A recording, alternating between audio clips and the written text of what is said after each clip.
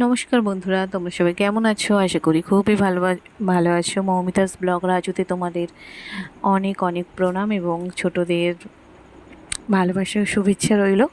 যাই হোক, আজকে বেশি কথা না বলে একটা রেসিপি তোমাদের সঙ্গে শেয়ার করব। সেটা হচ্ছে ডিম দিয়ে আলু দিয়ে কাটলেট। তো তার জন্য আমাদের করতে হবে কি, প্রথমেই একটা পাত্রে তোমরা ডিম আর আলু, মানে তোমরা পরিমাণ মতো নেবে, তোমরা যতটা বানাতে চাও সেই রকম পরিমাণে নেবে, সিদ্ধ করে নেবে। নিয়ে ওটাকে কুর্নি আছে, আমি কুর্নিই বলি, জানি না তোমরা কি বলো, আমরা এখানে কুর্নিই বলি। যাই হোক, কুর্নি দিয়ে ব্লেন্ড করে নেবে। তারপরে কড়াটা গরম করে নেবে গ্যাস জ্বালিয়ে। তারপরে সর্ষের তেল দিয়ে দেবে ওতে। সরি, সর্ষের তেল নয়, সাদা তেল দেবে। বাট আমাদের বাড়িতে সর্ষের তেলটাই ছিল, সাদা তেলটা অ্যাভেলেবেল ছিল না। যাই হোক, সেই জন্য সর্ষের তেলেই কাজ চালিয়ে নিলাম। তো দেখতেই পাচ্ছ। তারপরে পেঁয়াজ আর লঙ্কা কুচি, লঙ্কা তোমরা পরিমাণ মতো দেবে। দিয়ে তারপরে পেস্ট দিতে হবে ওতে তোমাদের, আদা আর রসুন বাটা পেস্ট দিয়ে দেবে। তোমরা যেরকম মানে বানাবে, আমরা যেরকম দুটো ডিমে দুটো আলু দিয়ে বানিয়েছি সেই রকম পরিমাণে মশলা দিয়েছি, তোমরাও সেম সেরকম পরিমাণেই দেবে। আর হ্যাঁ, আমি তোমাদেরকে এটা দেখাচ্ছি যে আঁচটা কিন্তু একদম লোতে রাখতে হবে। তো তারপর স্বাদ মতো নুন দিয়ে দেবে আর হলুদ গুঁড়ো দিয়ে দেবে। ব্যাস, এটাকে ভালো করে এবার ভেজে নেবে। তো তারপরে দেখো, জিরের গুঁড়ো মানে বলেছি পরিমাণ মতো দেবে, তোমরা যেরকম মানে বানাতে চাও সেই রকম পরিমাণ মতো দেবে। তারপরে ধনের গুঁড়ো, অ্যান্ড তারপর দিয়েছি এই যে লঙ্কার গুঁড়ো দিয়ে, এটা ভালো করে এই যে নাড়িয়ে চাড়িয়ে নিতে হবে। আঁচটা কিন্তু একদম লোতে থাকবে বলে দিচ্ছি, কারণ তোমরা যেহেতু এটা করছো, এটা লোতে না থাকলে কিন্তু মানে কি বলবো, পেঁয়াজগুলো পুড়ে যাবে। আর যদি লোতে থাকে আস্তে আস্তে হলে মানে এর একটা ফ্লেভার বেরোয়, সেটা খুবই সুন্দর। যাই হোক, দেখো এটা প্রায় হয়ে যাওয়ার মুখে হয়ে গেছে। এবার এর মধ্যে যেটা আমরা মানে ব্লেন্ড করে রেখেছিলাম ডিম আর আলু, সেটা এর মধ্যে দিয়ে দিলাম। দিয়ে ভালো করে নাড়াচাড়া করতে হবে। নাড়াচাড়া যতক্ষণ না এটা একসাথে মিক্সড হচ্ছে ততক্ষণ তোমাদের নাড়াচাড়া করতে হবে। তো দেখতেই পাচ্ছ এই যে নাড়াচাড়া হয়ে গেছে। তো ভালো করে করতে হবে।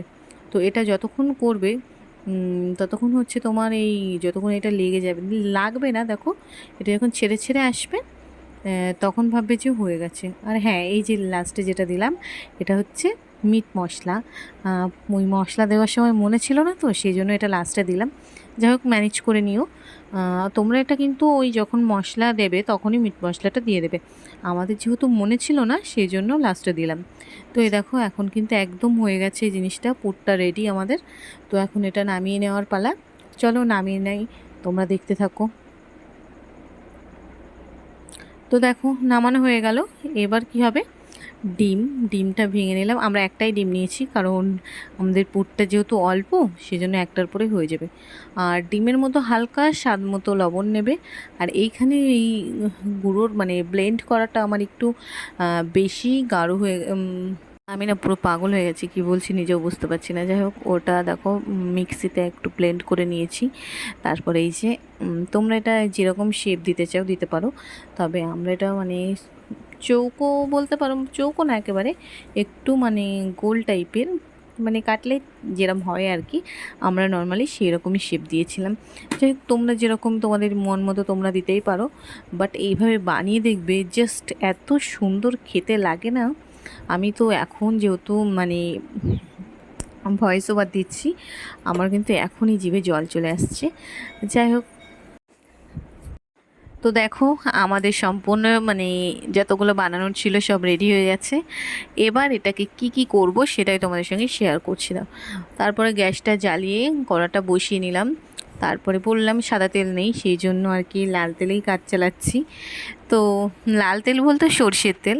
যাই হোক, এই দেখো প্রথমটা মা ট্রাই করছিল, যাই হোক প্রথমটা আর তোমাদের সঙ্গে শেয়ার করা হলো না। তো প্রথমটা কিন্তু জাস্ট দারুণ হয়েছিল। যাই হোক, পরেরটা দেখো তোমরা কিভাবে বানাচ্ছে। প্রথমে যে ডিমটা দেওয়া হয়েছিল সেইটা দিয়ে, তারপরে এই যে ওই ওইটার সঙ্গে মিশিয়ে তারপরে এটা কড়ার মধ্যে দিয়ে দিতে হবে। এই যে আমি বললাম না, ওইটা ওইটা কিন্তু আমি বানিয়েছি টোস্ট দিয়ে, টোস্ট মিক্সিতে দিয়ে ওটা পেস্ট করে নিয়েছি। তো ওই টোস্টটা মাখিয়ে মানে ওর সঙ্গে মাখিয়ে লাল তেলে ছেড়ে দিলাম। যাই হোক দেখো উল্টে পাল্টে নিচ্ছি, জাস্ট কি সুন্দর লাগছে দেখতে। আমার তো এখন কি বলবো, আমার ভীষণ ভালো লাগছে। বাট যাই হোক ফাইনালি চলে এসেছে আমাদের খাবার। তো দেখো কি সুন্দর আর কি মানে মচমচে হয়েছে ভিতরটা, মানে জাস্ট পুরটা জাস্ট অসাধারণ ছিল। তো বন্ধুরা আমার এই ভিডিওটা তোমাদের কেমন লাগলো অবশ্যই তোমরা জানিও কমেন্টে।